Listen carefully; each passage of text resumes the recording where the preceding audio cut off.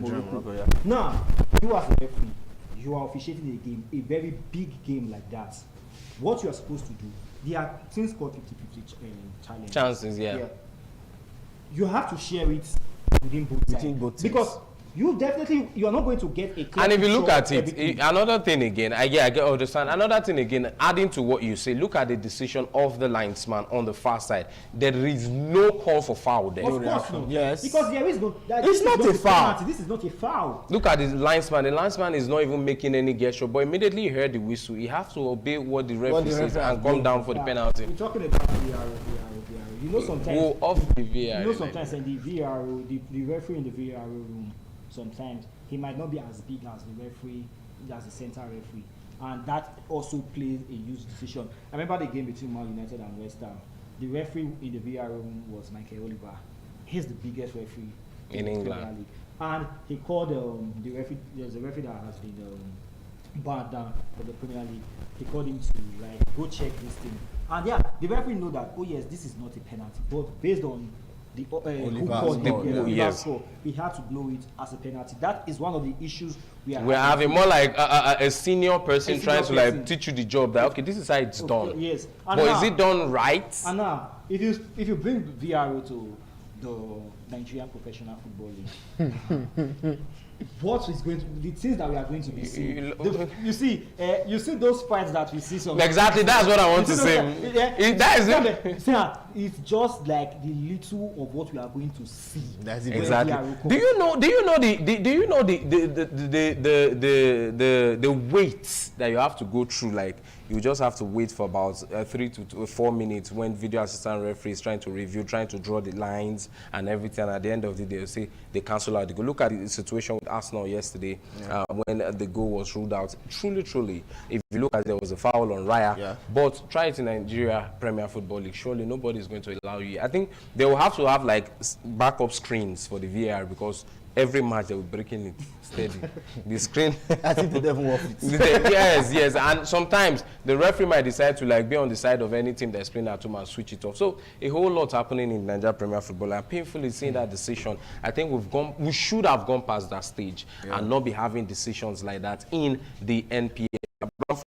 It is what it is, and that is the victory that gave Rivers United the notch, Enugu Rangers the notch to still be top of the Nigerian Premier Football League right about now. We're still talking about grassroots football development. We're seeing the Christian Football League continue. Quickly, let's have the fixtures and also the results from Dark Quarters happening right here in Benin City, Edo State. A big result from the Christian Football League. OAIC against Sion, 1-1. Redeem against Winners, 2-1. At Tabernacle of Grace played out a goalless draw against New Covenant. Christ Anointed FC 1-0 against Christ Apostolic.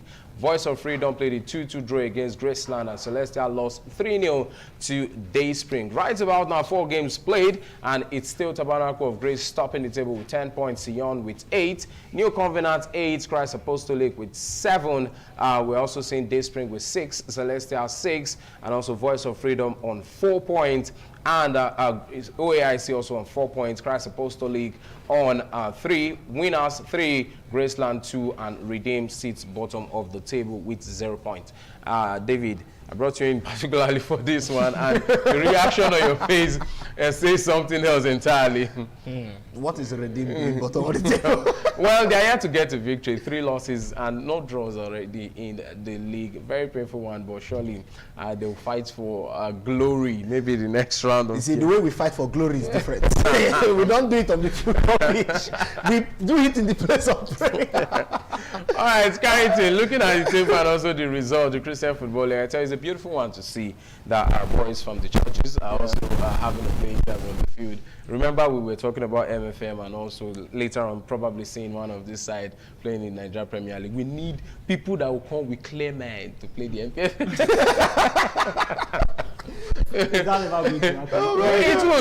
It will start from somewhere. It starts from somewhere. Oh, but this is actually a good one. I remember when Mountain on Fire FC was in NPFL. Yeah, they did well. So I think it was I asked, like we had said. I think they're still playing now, but not at the top level. Yeah, so probably maybe one of these side might just end up coming into the NPFL, become a professional aside. club. Yeah. So Tabernacle of Grace currently sitting in top. For them to be in top, which means that It's a very good side where we can see players. Yeah. And Redeem is a good side. No, they are not a good side. Six Good difference, yeah. Yeah, and only one draw, 3 wins. So this side, I think they average about let's say 2 goals per game. Per game, yeah. 2 goals per game so far. It has been I'll say they've been a strong, not just only about the attacking structure, but also defensively. Yeah, and other side, Sion in second and New Covenant, yeah. So it's something that is encouraging. And we are just about 12 sides or rather 13 sides. 12 sides in the league, yeah. In the league so far now, and who knows, it might get expanded. And we see, because I feel at the grassroots level, the more we have football teams playing a very good competitive football, we end up having a good side competing at the highest level. If you look at some of this, even down to South Africa, you will see that, okay, some of the leagues, they beat it down to like the tiniest level, especially in the English Premier League. Yeah. Look at the English Premier League and look at the number of leagues that they have. Yes. It's for them to be able to like have that platform to play football, so that at the end of the day, the ones playing at the top level, they are the best. Yes. They don't go less. But if you look at Nigeria, the structure of Nigerian football, they have only the NLO, the NNL, and the league. The rest is individual states, different states playing different league here and there. But if there is a structure that breaks down up to like 10 different levels, you know that if you start losing from the MPFL, there are still more levels where you can drop to, and there are many other parts whereby you can play and also, survive and still try to come up. If you look at some stories of some side, fortunately for Leicester City, they've dropped from the league, dropped from the championship. They are now in the League One. There is the League Two. Now there's the Ishmael League. North, South, is the National League. Is at the non-league side. Non-league side. There's the Sunday football. Sunday football. And it's the FA Trophy too. And all of them. At the end of the day, the FA Cup, everybody will come together. They start playing the FA Cup as early as let's say September. Into the third round that we are seeing the likes of Arsenal, Chelsea, and Manchester City playing the finals right about now. So it is a joint football development for the country, and I believe Nigeria can pick up from that template and also go far. We're still talking about the national team and in national football, and right about now we're going all the way to Malawi as the Falconets salvage a victory to keep their hopes alive for the Under-20 Women's World Cup in Poland. I tell you, youth rank football have been something that we've always enjoyed in Nigeria, and we don't want to miss it anytime soon. And the Falconets, surely they will be representing us in this particular one. Big one that we are seeing from Moses Aduku side, talking about the coach of Edo Queens. He's also the coach of the Falconets, and they have qualified for the Under-20 Women's World Cup right about now. And I believe it's a plus for Nigerian football. It's a plus for Nigerian football. But the one I've missed most is the Under-17 boys. Oh. We are the best in the world. We were the best in the world. 5 championships. But right now, it seems as if there have been a major decline since their Osimhen time. Yeah, it's, the way we fell off the track in that. He shocked you. The way we fell off. It's been 11 years since the Osimhen last won the Under-17 World Cup in Chile. The first ever time we won it in a continent that is not Asia. Asia, yeah. So yeah, 5 times champion, and now we don't even have a. We don't even qualify nowadays. That's just the painful part. No, you know why some of these guys do not actually give their all about this. I was a few days ago. Something just entered into my head, and I was like, we played on that 17 World Cup in 2007. How many of these players actually went pro? I was thinking. There's a Chukwueze. No, I was talking. I went back to 2007. Okay, 27. Then I remember my colleague Chris Santos. No. Remember? None of them from that set. Lukman Haruna was like the highest. Yeah, Lukman Haruna was the highest. He played for Monaco, yeah. Dynamo Kiev. Then he also played in the 2010 World Cup with the Super Eagles of Nigeria. But in that set, there was a David De Gea, in that set for Spain. He was the goalkeeper for Spain. There was an Ilara Mendy. There was a Spain Toni too. Kroos. There was a Toni Kroos who went on to become one of the best midfielders in the world of all time. Did you know Aguero also was in that tournament? Yeah, no, he was in the under 20 tournament. Yes, Aguero he was in under the 20. tournament in 2007, both 2005 and 2007. Now, we also went to we hosted the 2009 tournament. Yes, I think that was the. We had Stalin Okoro. We had there's this guy Sani Emmanuel. Yes. Then now there was a guy in that 2007 set, Daniel Joshua. So he was being called to the Super Eagles squad. Under Joshua, yes, I remember. I think he was the captain of the side at the point. He had an accident.